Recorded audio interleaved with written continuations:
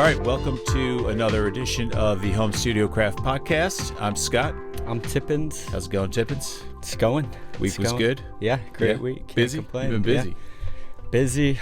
I'm back producing a little more and trying to get some of these songs ready to put out. So I'm still waiting for you to send them over, man. I know. I'm just... Don't be afraid.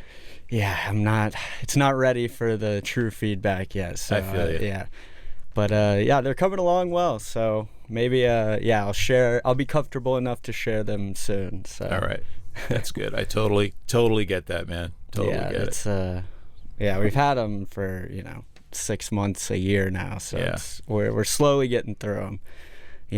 In between life. So yeah, exactly. Life gets in the way. Life gets in the way of music. Yeah. So listen, we discussed on our one of the first two podcasts, I think, we wanted to schedule a drummer to speak with, and we're lucky enough today to have our good friend of the pod, Alan Najarian, with us today. Welcome, Al. To you very much, guys. Nice to be here. Welcome. Thanks for inviting me. We're hoping that you can give us some insights, to like a drummer's approach to home studio work, and essentially.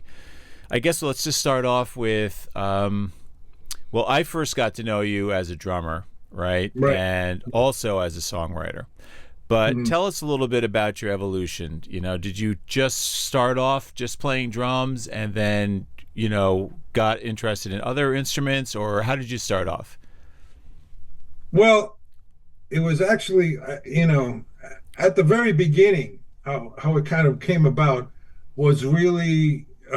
through my parents. Yeah. So, I was a wicked, hyperactive kid, and my mom put some pots and pans in front of me, and I would beat those all day long. So that's how things initially drove your parents insane. Yeah, exactly. So, and that graduated, to a drum set, and then, I started getting into bands in high school. Right. Yeah, and and I was probably maybe 12 or 13 when I started, and by the time I was 16, I was in high school bands, doing cover stuff and that kind of thing. So, and then got into the Boston rock and roll scene, and so by 18, I was playing clubs and different kinds of original bands because Boston had a great music scene back then, and all these underground, punk clubs and stuff. So that's how, I started with that, and that eventually graduated into different bands through the 80s, and as you know, as we were in a band together, and that's kind of even like, how did you get into, because when I met you, I met you as a drummer, right? And I didn't know that you were also writing songs at that time as well. And one of the first songs I heard from you, you had actually written on your Casio, Innocence in Blue, which is a beautiful song. But you had that little Casio keyboard, and so how did you kind of make that transition, I guess is what I'm getting to, from drummer, just thinking, okay, well, this is my instrument, like a lot of people do, is this is my instrument, I'm just going to get really good at this. And, that's kind of like your focus. But, obviously you were interested in more things than just drumming. So how did that transition take place? Since I started writing songs young, actually in high school. Wow. Like just writing down lyrics or something. Yeah. Like that. I started writing lyrics and paying attention to lyrics and things like that, and I had a really hot English teacher. So that helped too, to pay attention in English class. So, and she actually had read some of my lyrics and she liked them. So that was always an inspiration for me, Sure. And with drumming and stuff. And I had like a little Casio, and I had a 5-string acoustic guitar, and that's what I used to write songs at that time. Right. So from the beginning, when I started joining original bands as a drummer, I started writing my own songs. Right. And what did you write them on? Was it like guitar or? Yeah, it didn't really matter. It just, however the mood came, it was like, and even So you had a guitar at this point? I had a guitar. I had like a 5 string. I don't know why I never put a 6 string on it, but I always had a 5 string guitar. It was just easier to play. I was like, who needs that It's bottom less E? complicated. Exactly. I was a drummer, right? String schming, who needs it? Exactly. I could have gone on 3 strings. As a drummer, did you find yourself, as you're learning other instruments, like approaching those kind of like a drummer? I've seen like Dave Grohl interviews, for example, where he'll talk about the guitar, where he views like the bass strings as a kick and the higher strings as like a hi-hat or snare.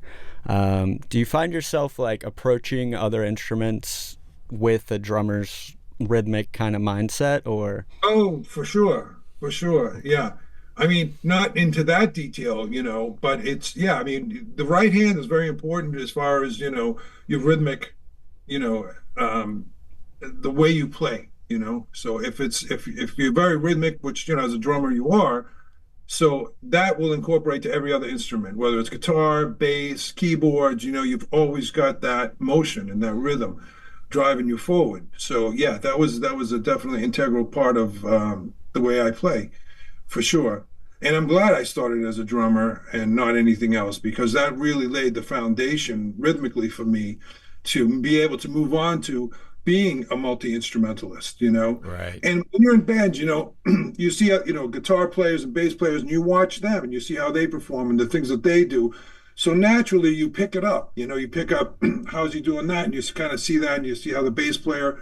So, and you get, for me, I got kind of, I don't want to say bored with playing drums, but I knew I had more potential than just playing drums. So I Right. wanted to explore that. And there was a producer too who actually kind of put me to the question of, you know, you need to decide whether you want to stay behind the drums and do that, or you want to come out front. Well, And let's talk about that a little bit, because you yeah, did actually go from being behind the drums and just playing drums in a band context to actually putting together your own band and yeah. fronting that band. So how did that come about? And why did you feel the need to, I guess, to front a band? Hmm. Yeah, a couple of bands. Yeah. I mean, for me, it was like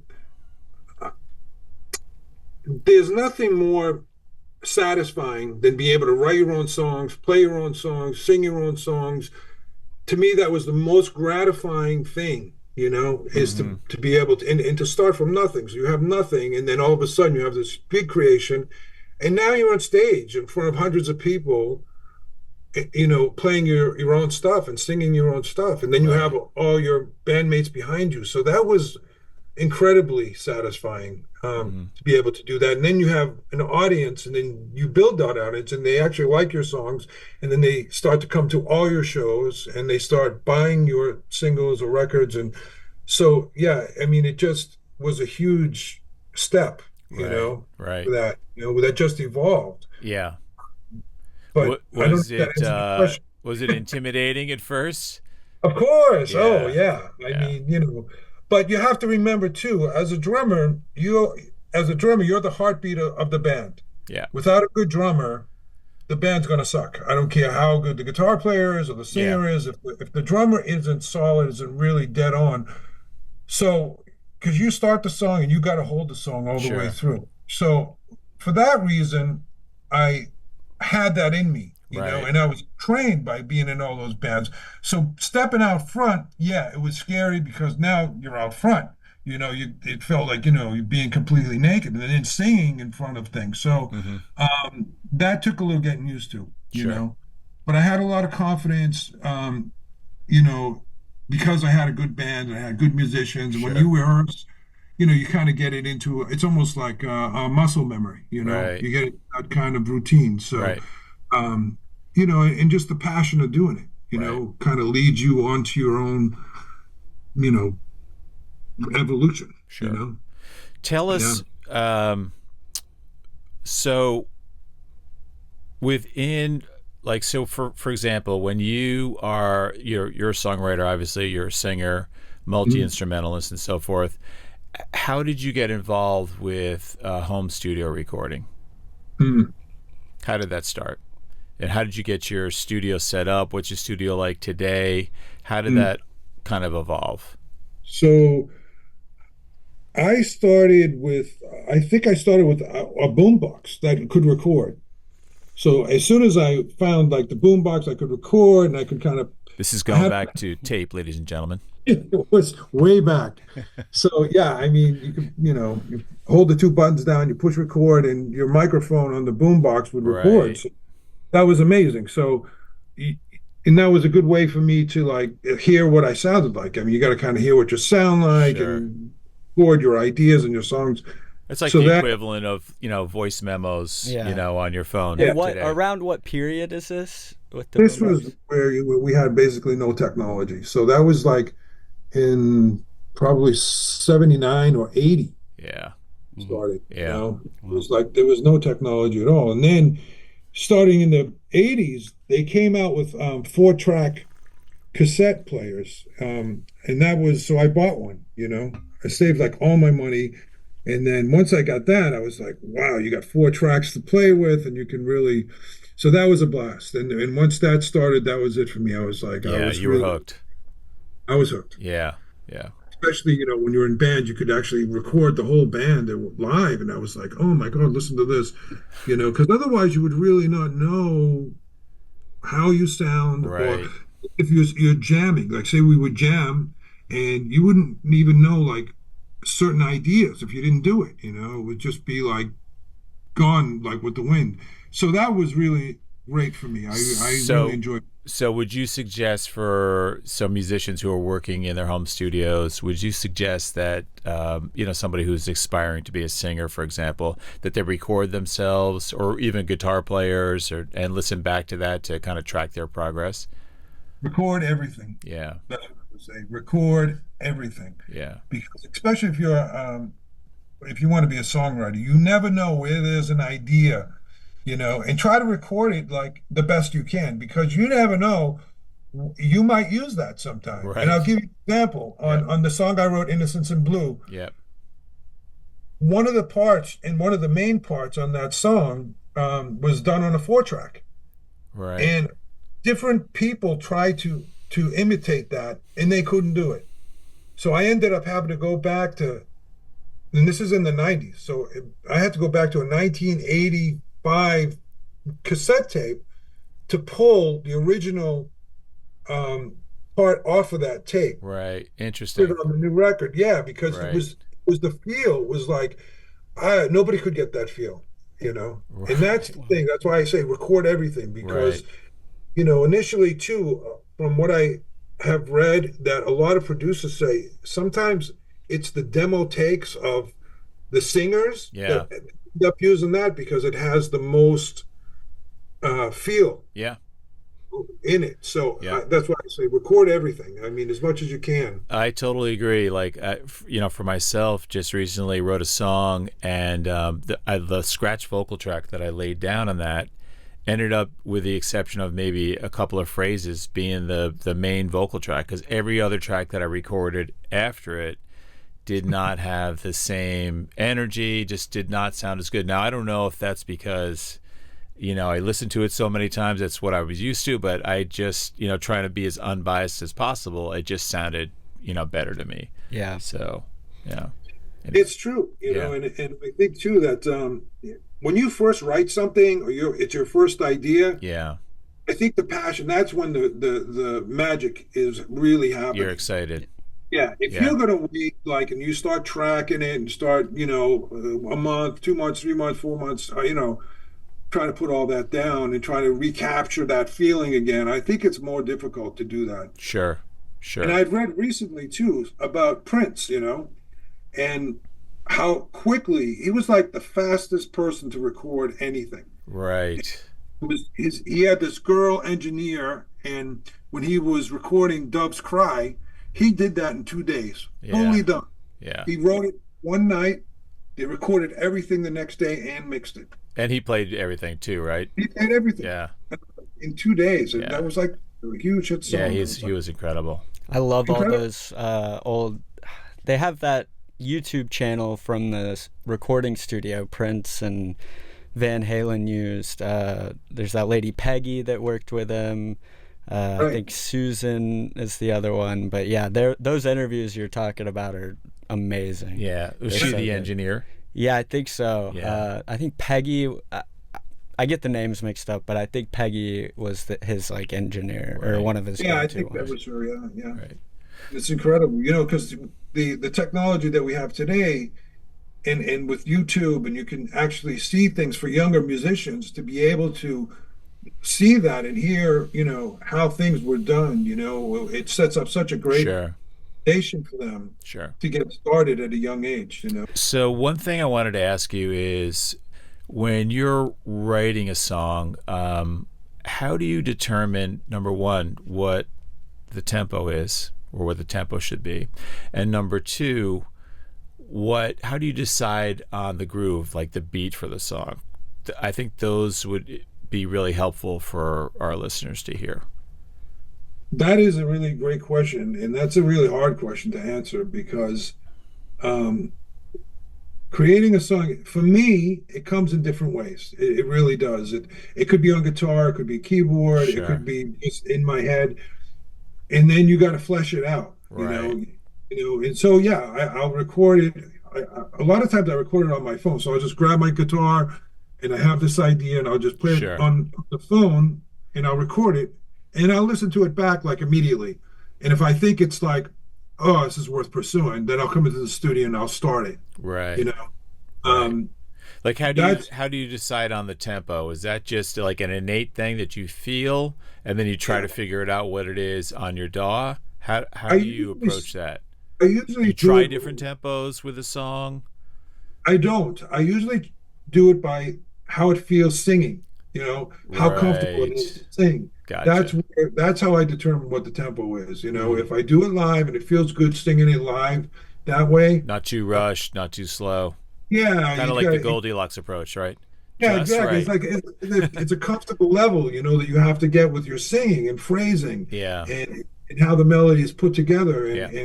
um and sometimes I run into trouble with that too because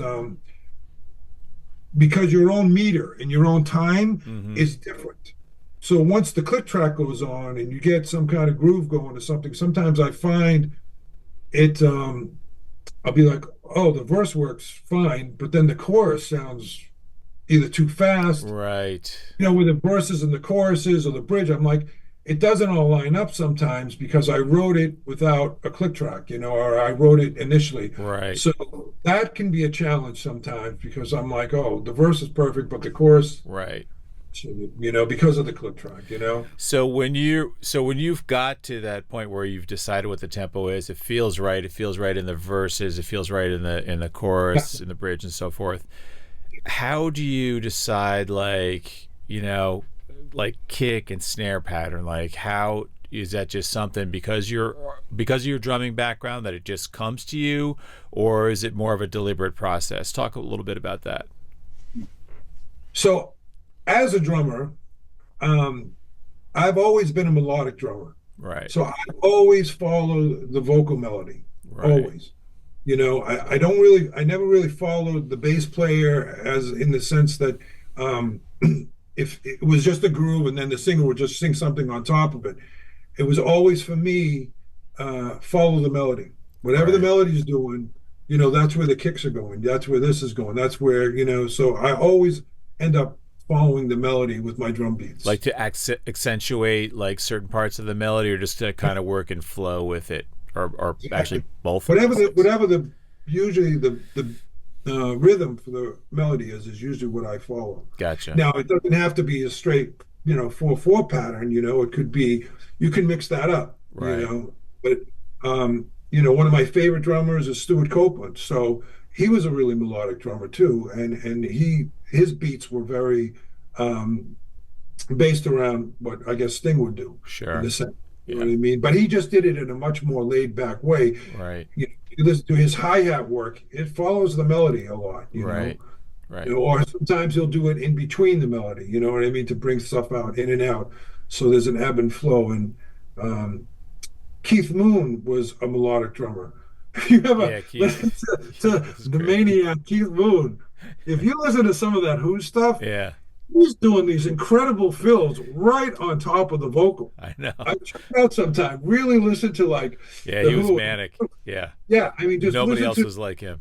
nobody else could Yeah. really do it. And I Yeah. was like, that's incredible. Yeah. It's like, and it works so well. Yeah. It's just funny because it's like, oh my God, it would be things that I would never like traditionally you would never do. You don't want Sure. to chop off the vocal, but he was just like, Yeah, he was a madman. yeah, It was great. I mean, that's what gave the Who its sound, right? exactly, Yeah. exactly. So it's hard to really say. It's really depends on the type of music you do. Yeah. Kind Obviously. of music Yeah. you write. I mean, obviously R&B is going to be different than Sure. rock and things like that. Sure. Or reggae or anything like that. Yeah. So it all just depends on the kind of genre of music you're writing. And when you're writing, do you usually start out by recording a beat first, or do you start out by like recording a guitar part, or is it always different? Keyboards. I would say generally it's always different, but I start usually with the chords and melody. I mean, that's normally how I start. Right. But Sometimes what's the thing that you lay down for? So do you play like your guitar and sing over top of it and record that, or do you have the like the melody already, but do you just lay down like the guitar track first or the keyboard track first, and then go back in and overdub the melody? How do you approach that? That's usually what I do. I'll take a click track and then I'll start however I wrote it, whether it's on a keyboard, a MIDI keyboard, and just put a MIDI track down Right. and just a sketch. It's just a sketch of it, or a guitar track. I don't worry about the sound initially. I just kind of get it on there, Right. so I can get the feel of the melody, and then with the click track, and then I'll go searching for rhythmic ideas. Gotcha. So against it, Right. usually the bass is like the last thing I put in, because Like once I get like Paul McCartney. yeah, I guess Yeah. yeah, the bass is usually the last thing I'll put in. Mm-hmm. Because once I get the melody and the chords together, then the rhythm together underneath the song, Then then all the you'll layer stuff. that in. Yeah, then That's I layer interesting. everything on top of that, and then you have your different sections. So Right. whether you're dropping beats or whether you're pulling stuff in and out, or Right. however that. Right. Yeah. So it kind of takes on its life of its own, and you just kind of follow that Yeah, path. I know. It kind of leads you It along. leads, Yeah. leads you to kind of where it wants sure. to go. Yeah. And I always think there's always some kind of divine intervention going on too, because Feels like that sometimes. it really does. Because I'm not a trained, musician. I didn't go to school. I didn't go to college for music. I learned everything on my own. I learned it from, listening to other people play and just, mimicking what they do. Sure. And so that's how I learned. Right.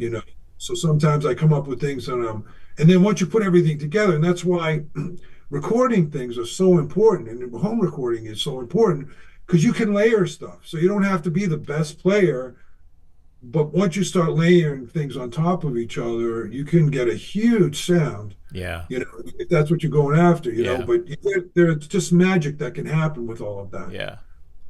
Yeah. And I think, did we lose you? I think we lost him. All right. Well, we have an electrical storm going on down here. We are in South Florida after all, and unfortunately we lost our guest, Alan. So we want to thank him for being on the pod today, and you can find his music on all the streaming platforms under the name Najarian, and that's Najarian. And you can also find his website at najariansongs.com. That's Najarian songs.com. Thank you so much. Tippens was awesome as usual, bro. Appreciate it. I loved it. Thank you, Alan, again. All good. We'll catch you on the next podcast. Thanks. Peace. Thanks for listening. Thanks for watching.